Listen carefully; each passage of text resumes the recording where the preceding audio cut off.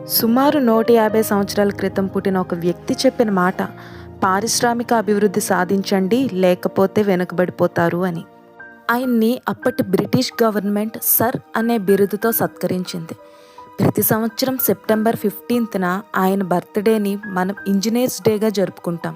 ఆయనే మోక్షగుండం విశ్వేశ్వరయ్య, భారతదేశ చరిత్రలో అత్యంత గొప్ప civil engineer. Sir Mokshagundam Visvesvaraya 1861 September 15న కర్ణాటకలోని ముద్దెనహల్లి గ్రామంలో జన్మించారు.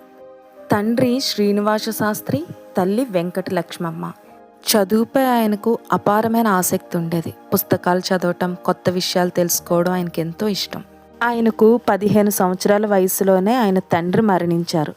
దీంతో కుటుంబం తీవ్రమైన ఆర్థిక ఇబ్బందులను ఎదుర్కొంది. అయినప్పటికీ ఆయన చదువును మధ్యలో ఆపలేదు. బంధువుల సహాయంతో బెంగళూరు వెళ్ళి చదువు కొనసాగించారు.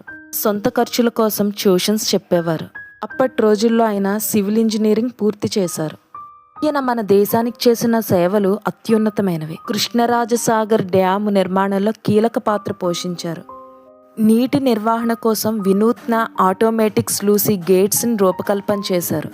ఆ కాలంలో అసాధ్యమని భావించిన భారీ ఆనకట్ట నిర్మాణాన్ని విజయవంతం చేశారు. ఈ ప్రాజెక్ట్ వల్ల వేలాది రైతులకు నీరు అందింది. కర్ణాటక అభివృద్ధికి బలమైన పునాది పడింది. 1908లో హైదరాబాదులో మూసీ నది వరదల తర్వాత ఆయన వరద నియంత్రణ వ్యవస్థను రూపొందించారు. హైదరాబాద్ టౌన్ ప్లాన్కు ఆయన ఇచ్చిన సూచనలు ఎంతో ప్రభావాన్ని చూపాయి. ఆయన కొంతకాలం మైసూర్ దివాన్గా పనిచేశారు.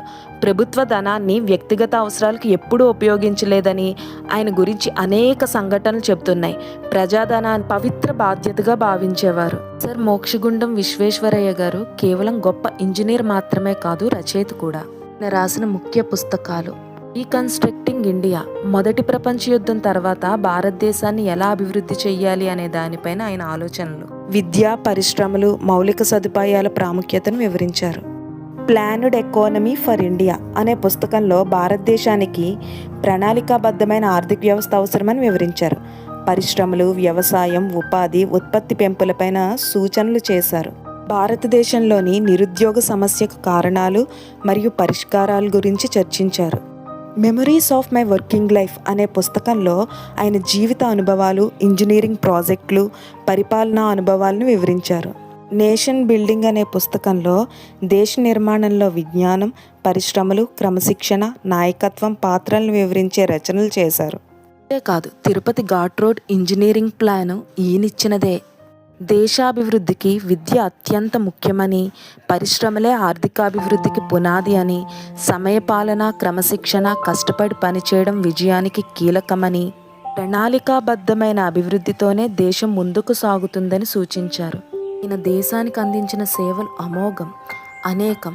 దానిని గుర్తించి భారత ప్రభుత్వం 1955 సంవత్సరంలో భారతరత్న అవార్డు పురస్కరించింది. 100 సంవత్సరాల జీవిత ప్రయాణం. 1861లో జన్మించి 1962 వరకు జీవించారు. వృద్ధాప్యంలో కూడా చదవటం, రాయటం, దేశ అభివృద్ధి గురించి ఆలోచించటం ఆపలేదు. విశ్వేశ్వరయ్య గారి జీవితం నేర్పిన పాఠాలు: క్రమశిక్షణ ప్రతిభ కంటే గొప్పది.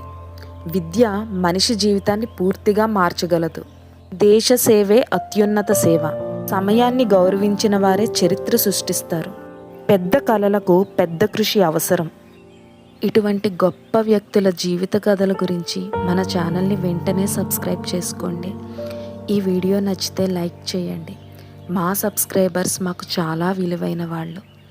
This is Vani signing off. Bye bye.